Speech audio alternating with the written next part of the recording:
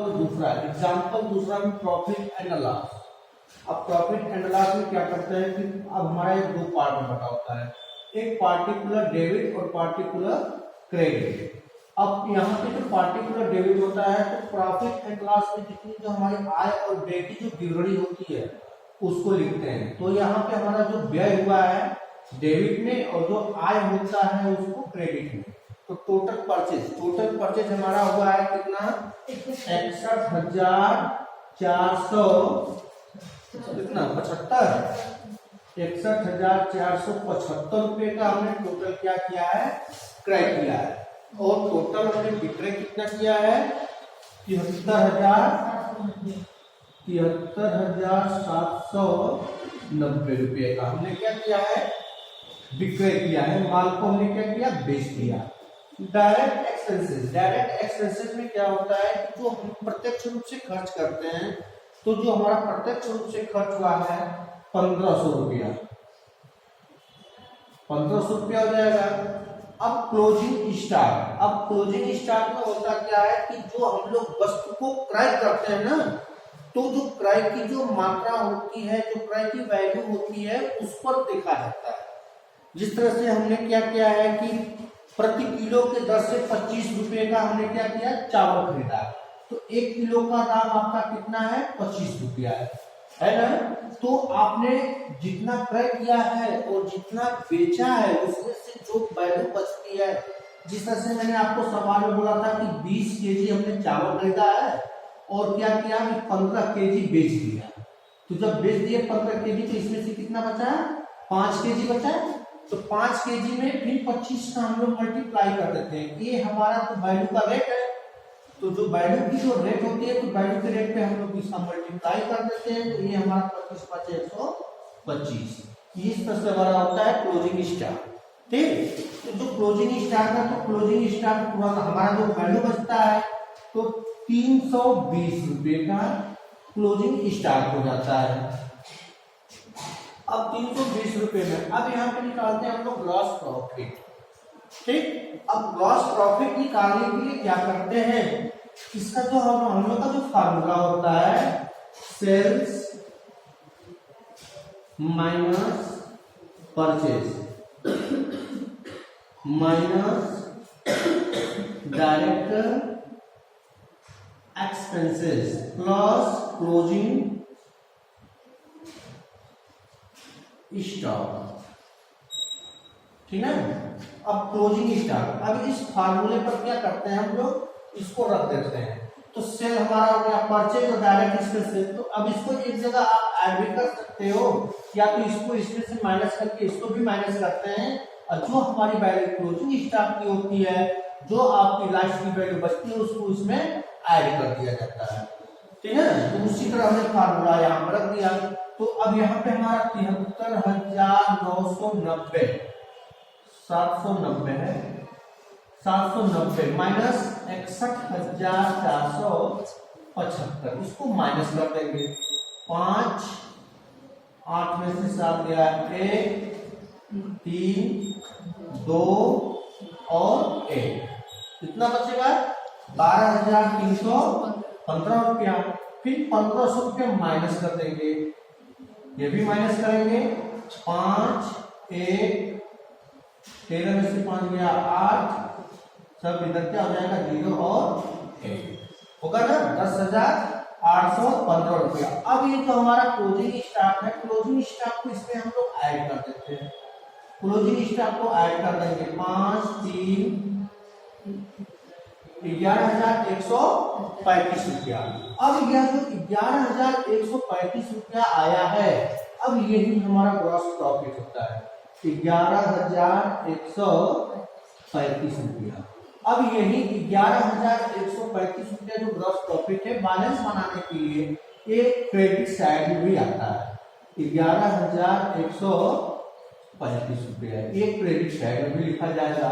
अगर हमारा indirect expenses है तब तो लिखेंगे, अगर नहीं है तो डायरेक्ट यही 11,135 रुपया जो होता है, यही नेट प्रॉफिट हो जाता है।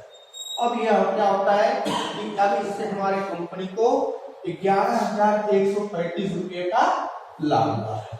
ठीक, ये हमारे प्रॉफिट और लॉस की विवरणी तैयार हो गई। बैलेंस शीट दूसरा हमारा स्टेप है बैलेंस शीट। बैलेंस शीट में हम लोग करते क्या है, इसमें भी हमारी दो विवरणी होती है।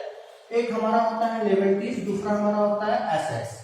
लिएबिलिटीज का मतलब होता है देयता, ठीक है, जो हम लोग व्यय करते हैं उस संपत्ति को लिखते हैं, और जो टोटल संपत्ति हमारे पास आती है उसको एसेट्स में लिखते हैं। तो यहाँ पे हमने पूंजी लगा करके व्यापार को प्रारंभ किया, तो टोटल पूंजी हमने कितने का लगाया है, 2 लाख रुपए का। तो यहाँ पे हम लोग लिख देते हैं पूंजी में 2 लाख रुपया,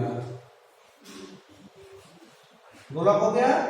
फिर लोन लिएबिलिटीज, लोन लिएबिलिटीज तो हमारा कुछ है नहीं, इसको खाली छोड़ देंगे। करंट लिएबिलिटीज, करंट लिएबिलिटीज में क्या होता है कि अगर हम लोग किसी व्यापार से उधार माल क्रय करते हैं तो वो हमारा होता है करंट लिएबिलिटीज। तो करंट लिएबिलिटीज तो हमारा है नहीं, इसको भी खाली छोड़ देते हैं।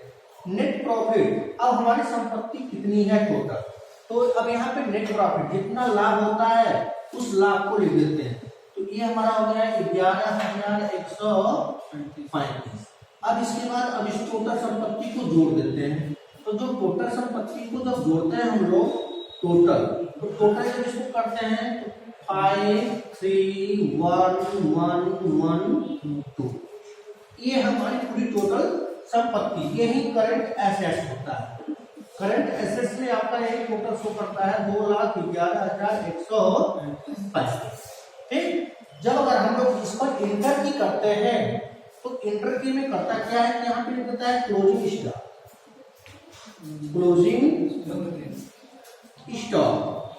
अब क्लोजिंग स्टॉक में होता क्या है कि ये हमारा 320, ठीक है। अब इसमें से 320 को क्या करता है, माइनस कर देता है। फिर 320 को माइनस करने के बाद यहाँ पे नीचे लिखता है cash in hand, cash in hand. अब आपके हाथ में कितना पैसा बचा हुआ है, अब यहाँ पे इसको माइनस करते हैं तो यहाँ पे बचता है 5, 1, 11 में से 3 गया 8, यहाँ पे क्या हो जाएगा 0, 1, 2। ठीक, अब ये हमारा जो हो गया, अब इसको क्या कर, कैश इन हैंड, जब इन दोनों को जब हम एक साथ जोड़ेंगे तो जो हमारी वैल्यू होगी वो वैल्यू इसी के बराबर में है। तो यहाँ पे जब जोड़ करके टोटल इसके अंदर भी करते हैं एसेट्स के अंदर, तो इन दोनों को जोड़ देते हैं या इसको हम लोग डायरेक्ट रख देते हैं। ठीक, ये हमारा होता है बैलेंस शीट। ट्रायल बैलेंस, अब ट्रायल बैलेंस में जो होता है हमारा 3 विवरणी होती है, ठीक है। ट्रायल बैलेंस के अंदर कितना होता है, 3 विवरणी होती है। एक हमारा होता है, उसको रोक दो, होगा ट्रायल बैलेंस में particular name, amount debit, amount credit. Particular capital account हमारा कितना है, कैपिटल अकाउंट 2 लाख रुपया है, तो ये जो 2 लाख रुपया हमारा होगा क्रेडिट के अंदर जाएगा, डेबिट वाला पक्ष खाली हो जाएगा। करंट एसेट्स जो हमारा है 2,11,135, तो इसमें से हमारा 320 रुपया माइनस हो जाएगा। तो अब यहाँ पे जो हमारा करंट एसेट्स होगा 2,10,815। ठीक, ये हमारा खाली हो जाएगा। परचेज अकाउंट, टोटल परचेज कितना है 61,475, 61,475, ये खाली हो जाएगा। सेल्स हमारा है, सेल्स के अंदर 73,790, यही है ना, ये खाली हो जाएगा। डेबिट जो डायरेक्ट एक्सपेंसेस हमारा 1500 रुपया है, 1500 रुपया हम यहाँ पे रख देंगे। अब ये खाली हो जाएगा, ठीक है। अब इस दोनों विवरणी को जोड़ देते हैं। दोनों विवरणी को जोड़ने के बाद कितनी हमारी वैल्यू आएगी, अब देखते हैं हम लोग 9,7,3,7,2, 73,790, यही होगा ना। अब इसको जोड़ते हैं, 5 5 10 को 0, 7 8 9, 8 8 8 8 12 12 5 17 को 7 हासिल हो गया। एक एक दो और एक 3 6 और एक 7 2। दोनों विवरणी हमारे बराबर आ गई। अब इस तरह से अब हम जान जाएंगे कि हमारा ट्रायल बैलेंस क्या है, इससे पता लगा लेंगे कि हमारी विवरणी सही है या गलत है। ठीक, अभी आपका आज का एग्जाम्पल कंप्लीट।